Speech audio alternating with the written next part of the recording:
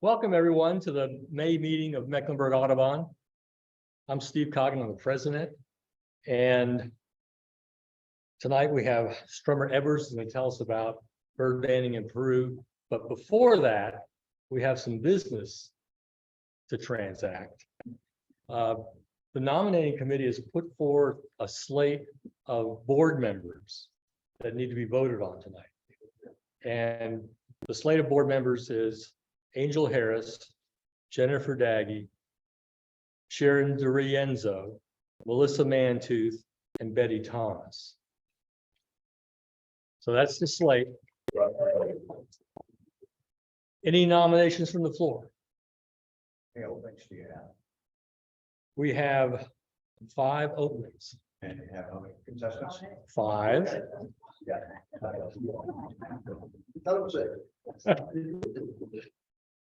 Okay, all those in favor of the slate as presented by the nominating committee, please say aye. Those opposed, nay. The slate is elected. Congratulations to the new board members. I'd also like to take this time to thank board members who are rotating off, and they are Shannon Wright. And if you're here, please stand. I saw Shannon. Shannon Wright, Matthew Withrow, Natasha Goins, and Judy Walker.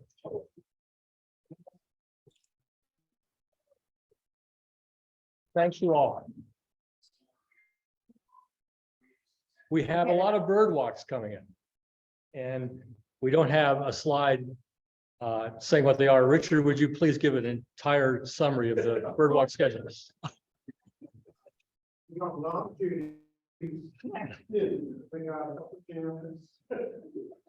doing one to I just looked at it. Where have you been? Welcome back.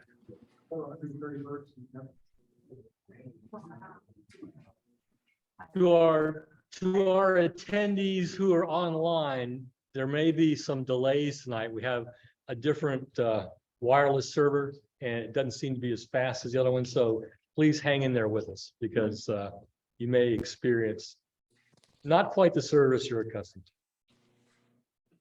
Okay, any other business? Oh, yes. Wonderful.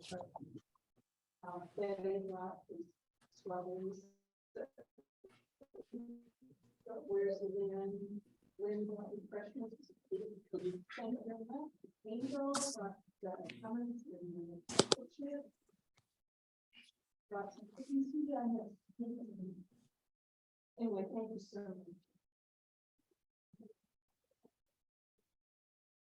Our speaker tonight is Strummer Edwards, and Strummer is a junior at Myers Park High School, and he's been interested in birds his whole life. He really got started in middle school, and this summer of 23, he's going to go to Denmark to do bird banding.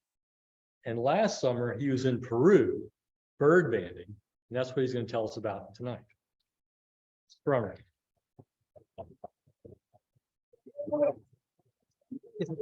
Good angle? Not yet. Oh. Not yet. We seem to have lost my.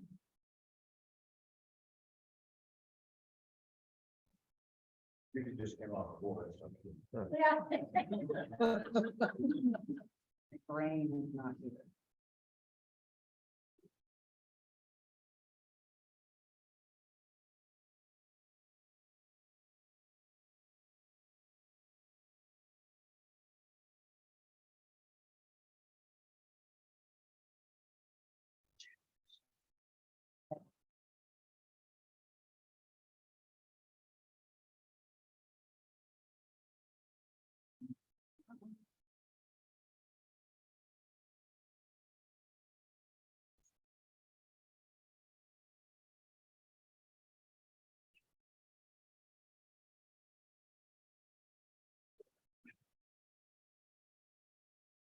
You want it as a PowerPoint? No, there we go. We're gonna have to.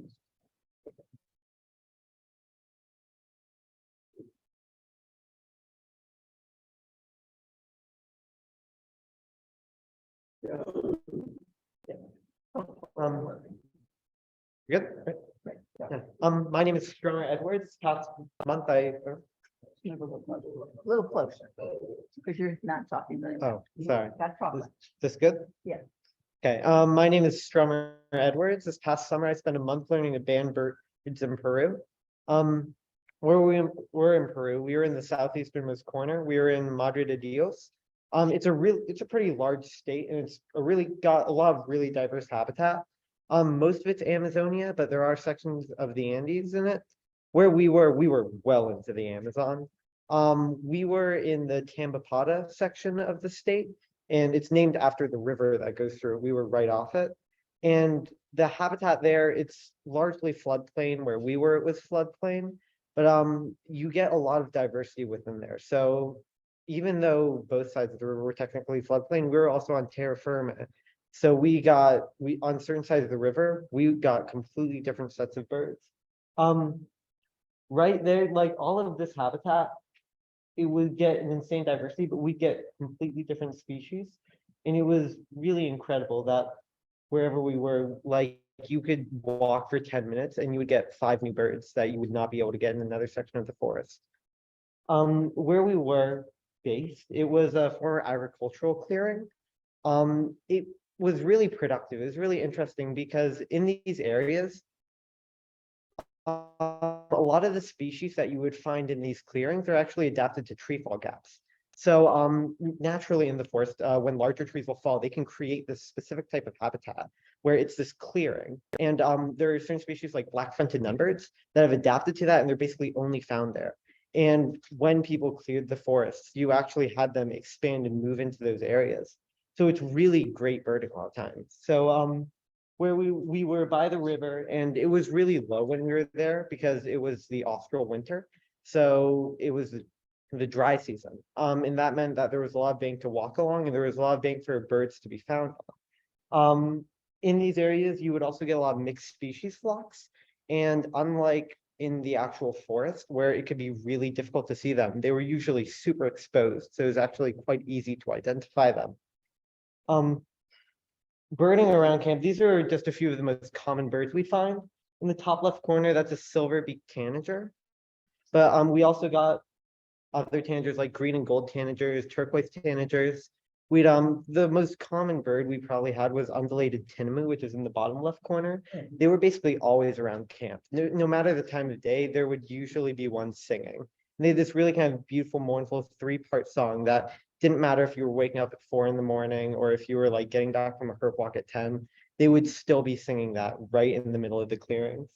We also What type of tinamou? undulated tinamou. We also had chestnut-shouldered macaws that would fly really low pretty much daily. There was this section where there were pretty low hanging trees, and they would come in and they would just stay there for like 20 or 30 minutes, and they'd be really loud. So you'd always get great looks and know where they are. You would be able to walk down the river from camp. We got a lot of really cool birds there. In the bottom right corner, we had pretty much the only sparrow that we would see, which was a yellow-browed sparrow, but we also had Ani. So that's a smooth-billed Ani. That guy's really interesting. There was one family group that would come by around every hour or so if you were staying by the river, and it was 4 normal ones, but he had no tail. And for those who have seen Ani, they're cuckoos. They have a similar tail length that a yellow-billed cuckoo would have. And I assume it was a predator. He seemed like he was an adult, but it was missing. So you'd always have these 4 fly in, and then like 20, 30 seconds later, it's kind of like when a bobwhite flushes and they can't quite fly straight and they're a little unsteady. And he kind of just stumble his way to the next branch. It was real cute. We also had drab water tyrants, and they would stay on the rocks. They were always like nearby. And something that I noticed, there was a particularly large rock that had a bit of a crevice under it. And I noticed that this pair was constantly visiting and flying underneath it, flying out. And we went over there to check, and there was actually a active nest right underneath it that had chicks. And this is kind of notable because in Peru and in a lot of the neotropics, birds can breed year round. Here, maybe some birds are starting in March, but they're not going to be breeding in the middle of the winter. There, that's not true. They can breed year round. There are peaks in the rainy season, but it can always happen. So this is important for banding. And banding, we were waking up at like 4 a.m.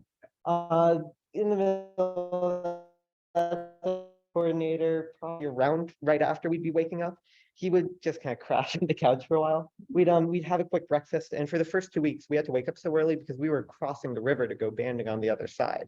It usually take like 10 minutes tops to go on the boat, and then we'd be hiking for around half an hour in pitch dark to open nets and then start banding birds. We sometimes have to wait a bit because we could catch bats. And for anyone who's been banding and anyone who's been banding in the early mornings, they are a menace to miss nets. They can carry rabies, but they'll also just chew right through the net, and it'll cause a lot of damage. So we have to be careful about that. Just a real quick thing on banding for those of you who don't know. Bird banding is the process of catching birds, placing rings on their legs, which have an identifiable number and sometimes other stuff on it, and then also taking a bunch of data from that. So there's a lot of important data we get when we initially catch the bird. You can take measurements, you can determine the sex and age of the bird, but some of the most important data you get is when you begin recapturing birds. Because if you say catch a bird that you know is a juvenile, and then you recap the bird 2 years later, you know it's that bird because it has the band on it. But now you know what a 2-year-old bird looks like because you can visually confirm, we know we caught this bird when it was like a month old. But now we can see what this plumage looks like as it gets older. And also, if you catch enough birds from the same site where you initially banded them, you begin to learn a lot of things about site fidelity and survivorship. So we get a ton of important data from that. And one of the things about aging there, I mentioned this earlier, but birds breed year round. Here, we don't have to worry about that when we're aging birds. So we can like reliably say these certain plumage markers are only going to be seen in like July or August. And that means that it's a lot easier to age birds. You can't do the same thing in Peru. So we ran into a bunch of problems with that. And it usually ended up meaning that a lot of birds we wouldn't actually be able to call. We could say it was after juvenile, but besides that, it wasn't really reliable. So the code system we used was called WRP. And that basically means that instead of aging them to the year they were born, which is what we do here, instead we'd age them to the specific plumage or molt cycle they were in. So for instance, what we would call a juvenile bird is FCJ, which stands for first cycle juvenile. And that means it's in the first cycle of its life and it's a juvenile. After that, it would experience a molt called FPF. That stands for first cycle preformative. Pre meaning that it's entering into that plumage and actively molting. Formative plumage is pretty much an in-between between adult plumage and juvenile plumage. It looks very similar to adult plumage. And one of the main things that you can use to determine that is that formative plumage will usually have molt limits. And that's when a bird molts most of its feathers, but it doesn't molt all of, like, say, the coverts, which are right above the primaries. And you can say these are 2 different generations of feathers. Therefore, we know this bird is a formative bird. After that, it goes into its usually FPB, which means second year of life, pre-basic. It's entering its basic plumage. After that, it's definitive cycle basic, which just means it's an adult now, and that's UPB. Just it keeps on going through that same cycle, because after that, it's just molting its adult plumage every year. One of the really important tools we had to determine the age was called sculling. And basically, that means when a bird is born, it has a light layer of bone over its brain. And we can actually, when we have a bird in hand, if it's a juvenile, we use a little bit of water to part the feathers, and then we get a headlamp on, we use special glasses, and you can actually see like it's very red because you can still see the blood and everything else on its head. And as it gets older, it's this really cool process where a second layer of bone will form over its head. And we can use it if we rate the skull between a 1 through 6 rating based on like how much it's ossified. And then we can use that to determine its age a lot of times. So if it's like a 3 or a 4, we can pretty confidently say this is a formative bird. And if it's a 6 in a lot of birds, that means that we can confidently say it's an adult. This isn't true for all birds. A lot of birds, it gets really tricky, particularly because they can breed year round. but I'll go more into that later. We took a lot of additional measurements as well. The main measurement that we took was the tarsus length. And you can kind of see it here, but we basically, if you think of a bird's leg as its arm, which, you know, it's just easier to describe here. What we would do is we would use calipers and kind of fit it in a little section of bone and then measure it from around the wrist. This got really hard because you can see the notch in this picture. You can't really see that in birds in hand, which meant you were kind of just guessing at first until you really reliably found that notch. We would also take bill length, which is we did nares to tip. And that meant nares, it's kind of like, it's pretty much their nostrils, and you fit it inside there. You go from the end of the nares to the tip of the bill. And it was really cool getting experience with these measurements because we don't do that up here. A big reason is that we catch a lot more birds up here. Usually, like particularly during migration, we're going to be catching dozens of birds at a time. So we don't have the time to take all these extra measurements that take a lot longer because they're a lot harder to do. So when we were banding, we would open nets early. We do net runs around every 45 minutes to an hour, sometimes 30 minutes, depending on how active it was. But we were able to do that because, first of all, we were catching birds. They're mainly in Fernard, which are wood creepers and foliage cleaners, and Thamnophilidae, which are ant birds. And these birds they're pretty hardy. They do well. Like they don't get stressed too often. But also we're not catching as many birds. And one of the concerns, like part of the reason that we do net runs so often here, it's a mixture of weather. We're going to do net runs 30 minutes in North America, ideally. But it's a mixture of we're worried about the birds getting tangled, we're worried about catching too many birds, and we're worried about their stress levels. The birds would get tangled, but it just wasn't as much. But we weren't catching as many birds. And there are probably a few reasons for that. It's, first of all, we're really relying on mixed species flocks. So a lot of birds in the tropics, they gather in these flocks and they kind of go through their territory, and different birds respond to those in different ways. Some are obligate to those flocks, so they'll only be found there. Some only join them when they pass through their territory, and some don't at all. But that basically meant that on a given day, we'd be really reliant on a mixed species flock if we wanted to catch a lot of birds. There were days where we'd be catching below 10 birds. And then the next day, we were same nets, it's the exact same habitat. We would catch like 20. And it was purely because we were lucky enough that a mixed species flock would come through. And we were catching a lot of Fernards, like I mentioned earlier. They are terrible to age. There was kind of a joke we had where when we take the data, a lot of the times for Fernards, it'd be DD, DD, FAJ, which meant we didn't know what the sex was, we didn't know what the age was, and we know it's after juvenile. And then we just kind of threw them out. And the reason for that, this is the last bird I abandoned in Peru. This is a sentimental bird for me. But it's also the only bird out of like a few hundred wood creepers we got where we could actually say there's a molt limit. And is there something from Cameron What? pointed out? Yeah, unfortunately, the tracks online can't see it. So right here in the coverts, there and there's a molt limit right there. But usually they're crazy hard to determine. The other problem that we had was these birds can fully ossify their skull, which means that the second layer of bone goes in. You can't see that red as easily anymore. They could fully ossify their skull before they went through their basic plumage. And this wouldn't be as much of a problem if they did it up here, because they would be finishing that towards the end of their formative plumage. So a bird up here enters its formative plumage around, say, August, and then around like February, it fully ossifies the skull before it goes into basic plumage because it's almost at the end of its formative plumage. That couldn't happen here because the problem that you would run into is that we don't know how far into its formative plumage it is. It could, because they can be born at any time.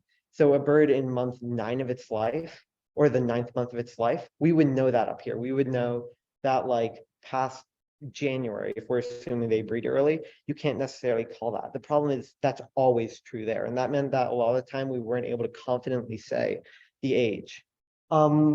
Every now and then we would be able to sex them. That right up there, it's an Amazonian barred wood creeper.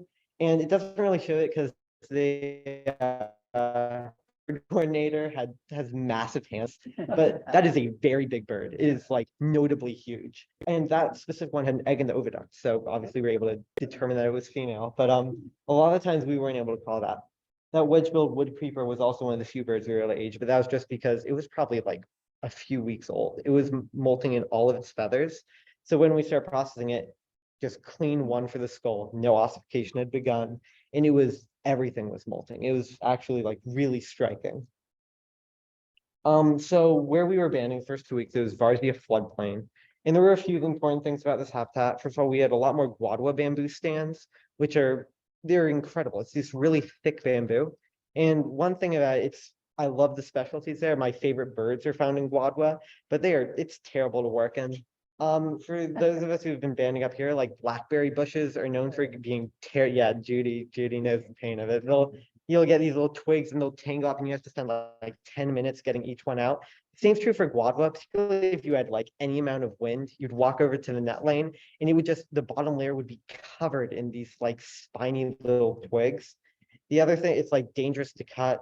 It's this whole like set of problems, but it got really good birds. So we got a lot of guadua patches. We were also really dominated by a few species in Varzea.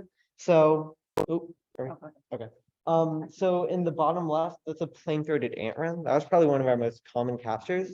We also got cool stuff like black-spotted bear eyes and yellow-breasted warbling antbird. The single most common bird was band-tailed manakins. They're really cute. There were days where we'd mostly be catching them. When I first got there, I was like, the coordinator said to me, it's gonna get a little bit annoying eventually. And I didn't believe him. And after like the first week, I understood what he was saying.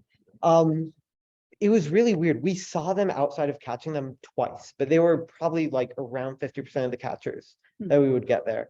And the males lek you around. You can probably guess which is the male, but they're lekking you around. We're constantly catching them, and they're great birds to practice on. They're an easy size. They're really cooperative. They're not super stress prone, but they're also really interesting. So like that bird up there, when female manakins, in the upper right corner, when female manakins get older, they can actually start to display like a few male plumage or a few male feathers. So I don't think we weren't able to sex that bird definitively, because it can either be a young male or it can be a really older female.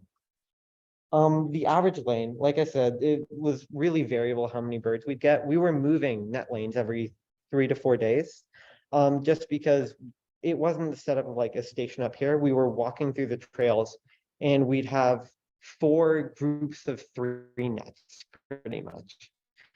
And they were spaced out 200 meters apart. You would have a banding table in the middle. And then every 3 days, we just kind of pack it all up and move it like probably a mile or 2 into the forest or into the opposite direction. And the capture rate and the birds we caught were really dependent on it. There were certain birds that you only catch in a few net lanes. But these are a few of the constants in the Varzea section. Black-tailed leaf tosser, gorgeous birds. Oh, sorry. The far right side, that's a black-tailed leaf tosser. We caught them on both sides of the river. They were probably a bit more common on the Varzea side. But the white-chinned wood creeper, which is in the center. Yeah, sorry. White-chinned wood creeper, which is in the center. They were only caught on the Varzea side. And you can't really see it in the picture that well, but they had like these beautiful but kind of off-putting like sky blue eyes. And they were gorgeous birds. We also caught a lot of antwrens there. And a few other common captures. We got that's a McConnell's ochre-bellied flycatcher. And on the right side. And one of the really interesting things, it's an example of our ID criteria there aren't that well developed. So a lot of sources list the mouth lining as a good way to identify the bird. And we kind of made a game out of like measuring the mouth lining or identifying the mouth lining. It's the color, if I'm remembering right, but we'd take the mouth lining for each one. And probably like 75% of the time, it wasn't an accurate way of determining the species. It was just saying like this ID criteria that we thought was right, that really didn't work. We also caught a lot of quail doves, which is at the bottom left corner. And they were the worst. It was just really interesting. Birds show stress in hand. They don't like doing it, but quail doves are large enough and they like being on the ground enough that they've probably been eaten by mammalian predators for a really long time. And that meant that when we caught them, they were really confident we were about to eat them. So they'd leave this like big kind of pile of feathers in the net. And they'd also immediately start hyperventilating. They'd try and like bash their wings into the ground. There were a lot of drama. If What was the center? oh, the center one, that was a chestnut-tailed antbird. Before you leave that screen, Mhm. is this person's thumb, is that indicative of how tough this job is to do? Yeah, there were a few times like the bander hands where it's just ripped up. Yeah, it got rough sometimes. When we had good lanes, it was really noticeable. There were like the general rule, if you had a net lane with Guadua, if you had a net lane that was pretty open and just one in the fourth, you could get crazy stuff. So this was all from a single net lane on the Varzea side. And most of this was all from the same kind of bonkers day. Top right line or top left lined forest falcon, which incredible. It was the only raptors are generally hard to catch because when you have big birds, they're capable of just bouncing out of the net. The way that we catch birds, they'll fly in, they drop down into the pocket, and then they tangle themselves. If a bird's large enough, a lot of times it's not going to get tangled. So it'll just fly out. We have pretty large pockets, so we're able to catch larger birds, but we just got lucky with that guy. We also caught a red-billed scythebill, which you can see at the bottom left. They look insane. It's for Guadua bamboo. They'll put their bill into like holes in the Guadua to get insects. It was exceptional bird. It was really funny because Bernards are usually really bitey. This guy was particularly bitey, and he'd try and bite your finger, but you can't really like exert any force because it's like curved in such a way it's not meant to like harm things. So you couldn't really feel it, but he gave a good effort. We caught a bluish slate ant shrike, which was that's a female right there, and they're beautiful. The males are just kind of they're all bluish, but the females have that beautiful kind of rufous belly. We only ever caught them if a mixed species flock came in. They're like true obligates, which was awesome. It's like this really interesting ecological thing. After we were banding, we'd usually stop around like 10:30. It really depended on how many birds we were catching, how hot it was, and how like kind of hungry, angry our the rest of the members of the banding team were. The rest of the day, we'd be entering data, we'd be birding, and also they did a lot of herp surveys where we were, and we kind of got back at the perfect time where they'd start processing the snakes when we got back, so we got to see the cool stuff they caught. It's kind of the thing where you know, the people who were doing herp stuff never got to see what we were catching, but we always got to see their highlights. When we weren't doing that, we were birding as much as we could. We were going through a few trails in the understory. It was really fascinating because it was a lot of the time you wouldn't see a bird for like 30 minutes. You'd maybe see like you'd hear stuff. You'd hear red-throated caracaras all the time, but sometimes you would go for a really long time without seeing stuff, and then like you'd have 50 birds right over your head. And it was kind of fascinating because you couldn't see canopy birds that often. We got pretty lucky because usually like it was just kind of luck of the draw. Everyone on the banding team was a birder, so we were able to do a lot more of it, and a lot of us had point and shoot cameras, so we got this like weird team system where we'd each try and take a picture of a canopy bird, spend like 5 seconds identifying it, and then just move on to the next one. And you usually can't do that. But most of the time we'd just be stuck with like 50 Fernards, and like they're all the same brown foliage gleaner that you can't really tell apart. But when you got good looks at stuff, it was really rewarding. It was incredible. Every now and then, like you'd hear an ant pitta like 15 feet away from you, and you could spend 45 minutes trying to see it, and you just wouldn't. Like it was probably behind a log somewhere. It was the same thrush-like ant pitta that you'd get after like probably 20 minutes of walking in this one clearing. And we knew it was there. It always called, and we never saw it. We never got close to seeing it. And when we weren't birding, we did get to go. I went herping with them a few times. It was kind of like I had no idea what I was doing. And also they'd get back at midnight, and I didn't have the energy to be waking up at 4 a.m. the next day when I was doing that. So I kind of avoid doing it. But when we did, we got really cool birds. So we get to see that's a white-throated tinamou, I believe. And we get to see tinamous roosting, we get to see trogons roosting. And sometimes like even the Fernards that we'd catch in the day, like we'd see leaf tossers just kind of chilling on a log. But we caught really cool snakes. That's me with the fertile lance in the center picture that I caught on my last night. We went on caiman surveys. We caught really cool frogs. We also got cool nightbirds. I only heard one putu, which were great putu, but we got ocellated porwals, common paraques, ladder-tailed nightjars as well. It was really cool stuff.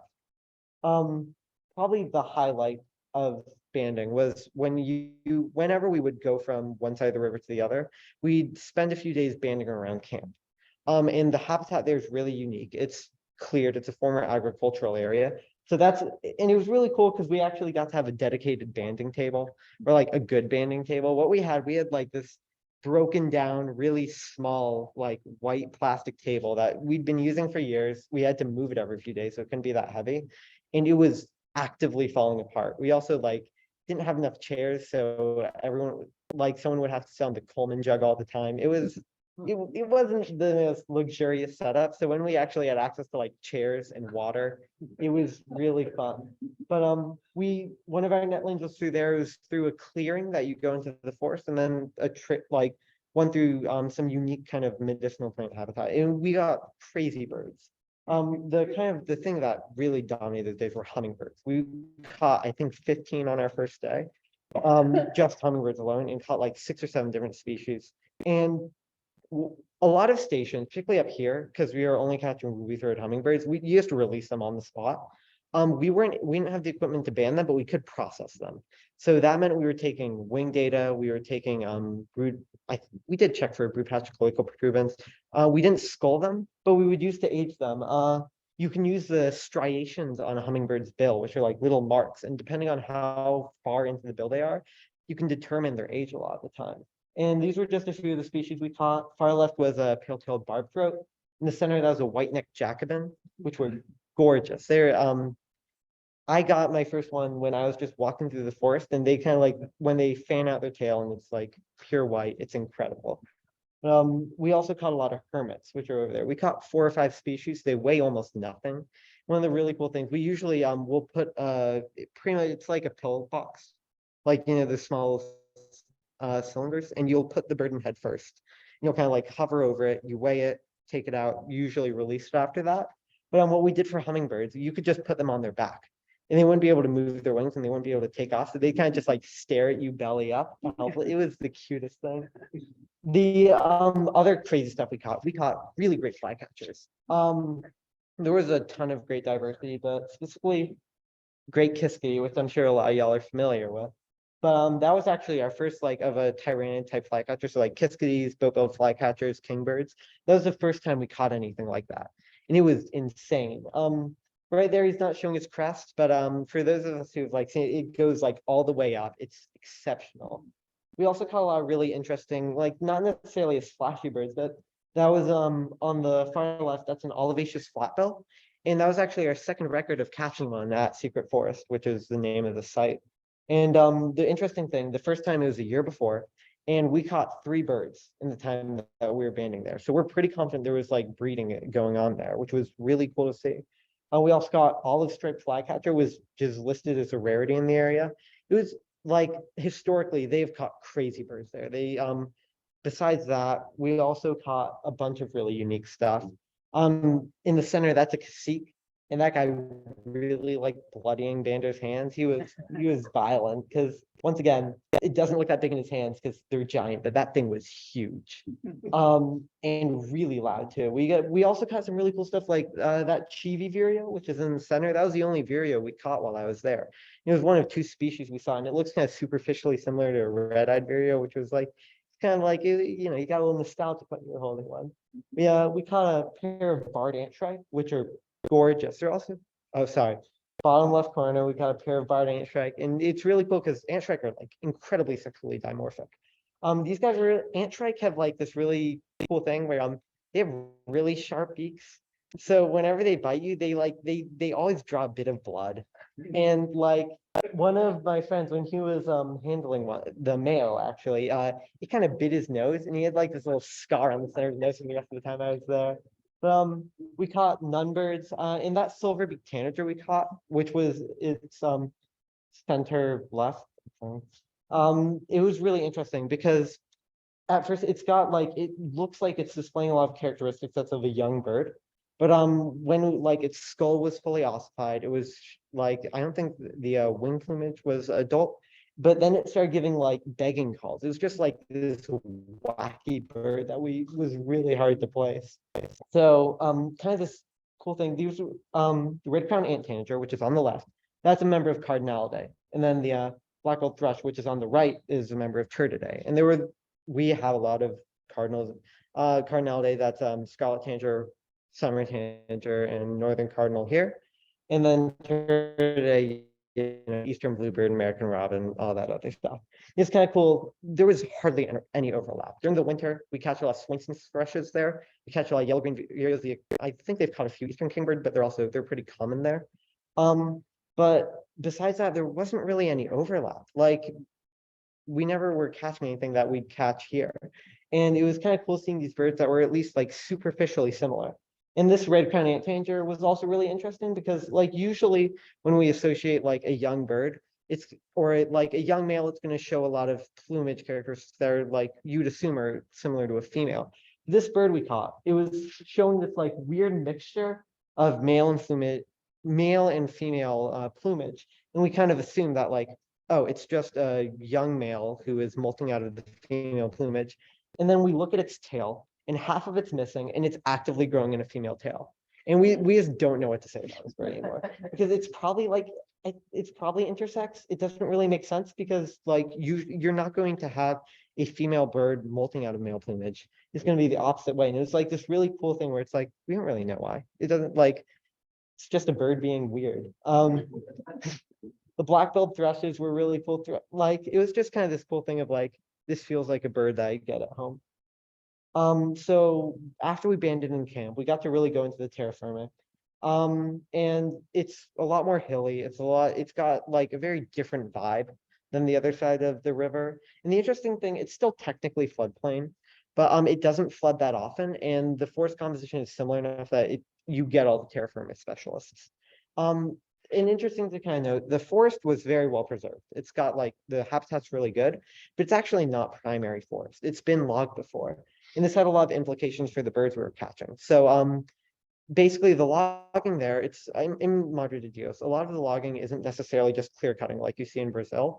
It's targeting like the specific massive canopy trees that have really valuable timber. And this kind of has the effect of after these trees are cut down, these are massive trees that take like hundreds of years to grow. And what happens is that now you have these big canopy trees gone and the forest is a lot less stable. So one of the effects that has is that a lot of trees are going to fall more often because they don't have as much protection from the elements. And that means that you create more tree fall gaps and that changes distribution. So for instance, in like a primary forest, once you go into the forest, if you hear a nunbird calling, and anyone who's heard them, they're very loud. They're really social, but they sound very similar, the black-fronted and white-fronted nunbirds. But we would never be able to call them because there were enough tree fall gaps. We couldn't confidently say, we know that we're so far into the forest, we can get white-fronted because black-fronted could just be in that tree fall gap. And it's not super well studied, like what the implications are for breeding activity, for conservation, but it's something that needs to be done because it's this really important part of the Amazon that we don't necessarily know as much about. Different captures there. We caught a lot of blueback manakins. We stopped catching band-tailed manakins. Blueback are in the center, gorgeous birds. It was really interesting. Manakins are usually really calm. These guys, I think they're in their own family and they were aggressive compared to the other ones. It was like their disposition was completely different, which was really cool to see. One of the things we were still catching a lot of fernarids. We were catching a completely different set. We were catching full wood creepers, but we were catching a lot of foliage gleaners now. So on the right, that's a brown rump foliage gleaner, and he's kind of they're real mean. They like going for the soft parts of your finger and kind of hanging on there for a while. But that guy was a brown rump foliage gleaner, and it's kind of this like people who had been working there for years, who had grown up in the area. That was a lifer for them. Like they'd never seen this bird before, and it's kind of like this really good example of we get way different birds when you're banding. You are going to see different species. You're going to see way cooler stuff, and we caught a bunch of other stuff. That's a ruddy spinetail on the far left. And they're gorgeous. They're another example of bird we really don't have that much data about. We don't really know how to age them because they never caught one where the skull was fully ossified, meaning the second layer had grown in. But also they hadn't got enough recaptures to confidently say, we know the skull never fully ossifies. We also got a xenops, which they look like a pretty basic Fernard at first. And then you look at the tail and the wing, and it's like this beautiful black and orange. And it was incredible because it's a small bird. It's not flashy. But then when you get a good look at it, you get to see this like whole different side of them. On the terra firma, like the learning curve for banding, it's the first few days you're not doing that much. By the time I got into terra firma, I was getting really good experience. So that's me extracting a dusky-throated ant shrike. I was like regularly extracting, I was processing a lot of birds, which is banding and handling them. And it was really cool because I got to see a bunch of different birds, and I got to like experience processing a bunch of different groups that you had to use different strategies for. And the bottom left picture, so the ruddy spine tail I just mentioned,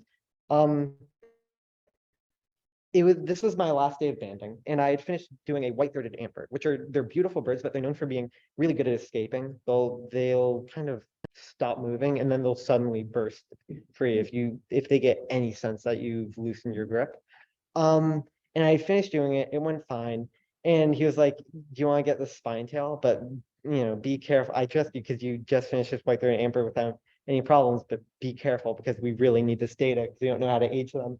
And I got him, I banded him, which is good. But I began looking for molt. I checked the first wing. Everything was going great so far. And then I get to the second wing and I loosen my grip for 1 second and it's gone.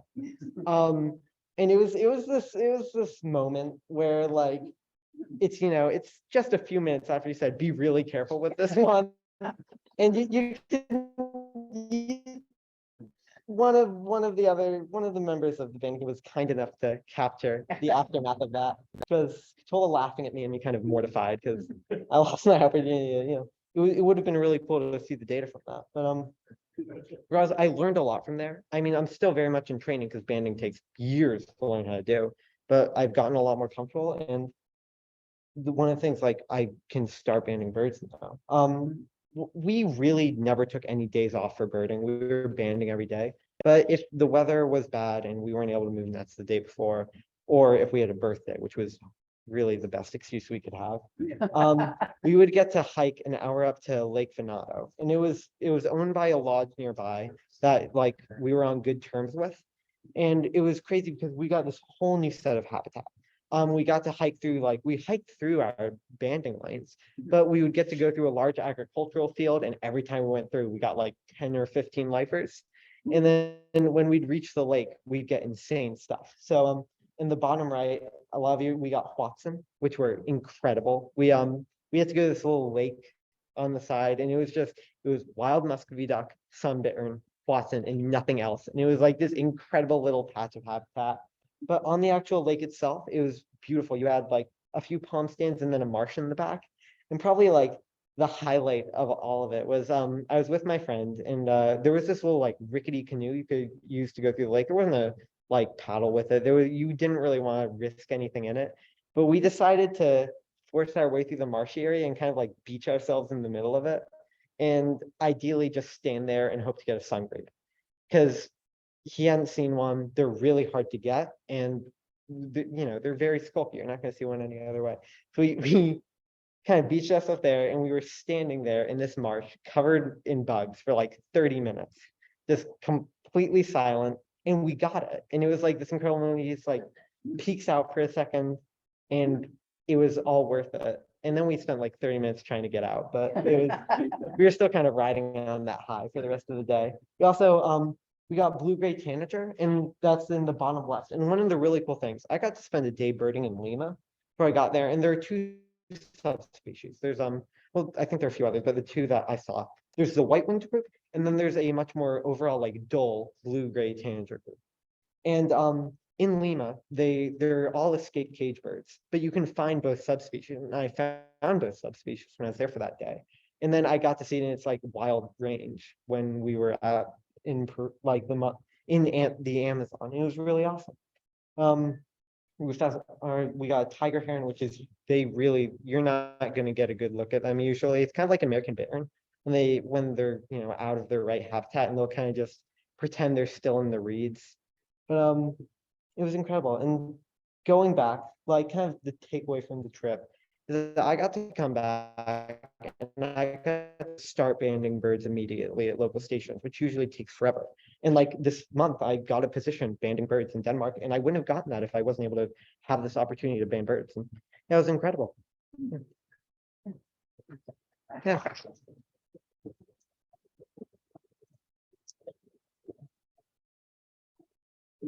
Yep. I think we have time for a few questions. When you said about the ones that you would catch that were previously banded, did you guys get several? Yeah, one of the really interesting things about Repeat the question. she asked like, well, did we get a lot of recaptured birds? And the answer is yes. It was really interesting because we actually have never had a record of a bird banded on one side of the river going to the other side of the river. That's never happened before. And the river isn't that big. We'd get a ton of it of just like within the same net lane. A lot of times we capture the same birds if like we come back 6 months later. But also there were times there was this one white-chinned wood creeper where we caught it 3 times in 2 weeks. And this was over like 4 different net lanes. And I think he just wasn't the smartest because it was just like constantly casting. It was ridiculous. But yeah, we get a lot of recaptures. Were you able to see some of that? What's the oldest?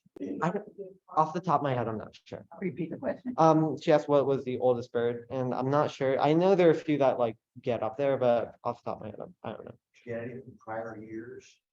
Probably just, yeah, I mean, it wasn't like usually the birds we're recapturing because the net lanes, we're going there once every few months. We're going to be catching birds from prior years, but off the top of my head, I'm not sure what like the latest that we caught a bird was, but we definitely did. Yeah. Strummer, that was great. Your passion and your knowledge are amazing. Did you know anything about the skills that you learned before you went down there, or was it all learning?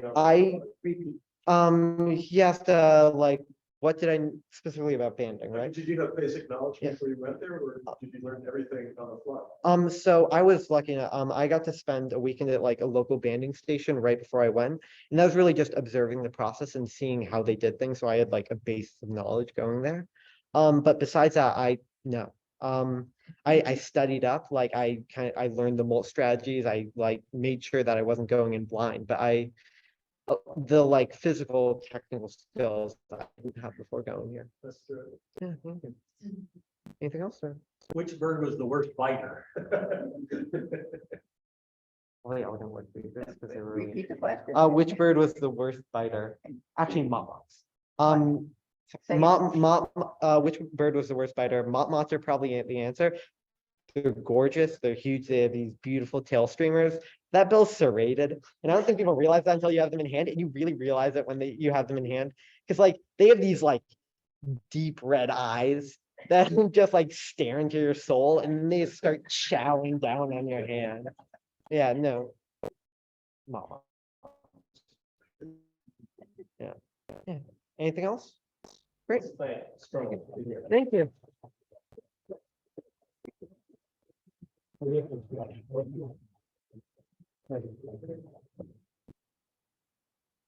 think that's it for tonight. This is the last regular meeting of the year.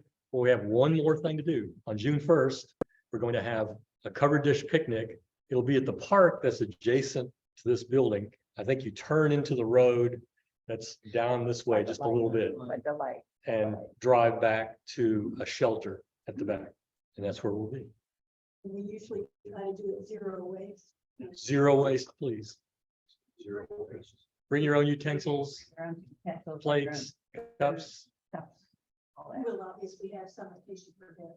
Noreen, I just wanted to thank Strummer for tonight, and also I had the honor of being with he and Jennifer and Betty. I think it was just 4 of us for the spring bird count, and he was such an impressive birder and helper and patient, and really blew our minds because he's so young. Thank you. And so knowledgeable and so kind. Thank you for that.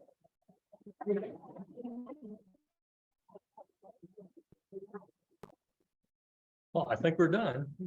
There's still some snacks if you'd like to get some and talk for a few more minutes.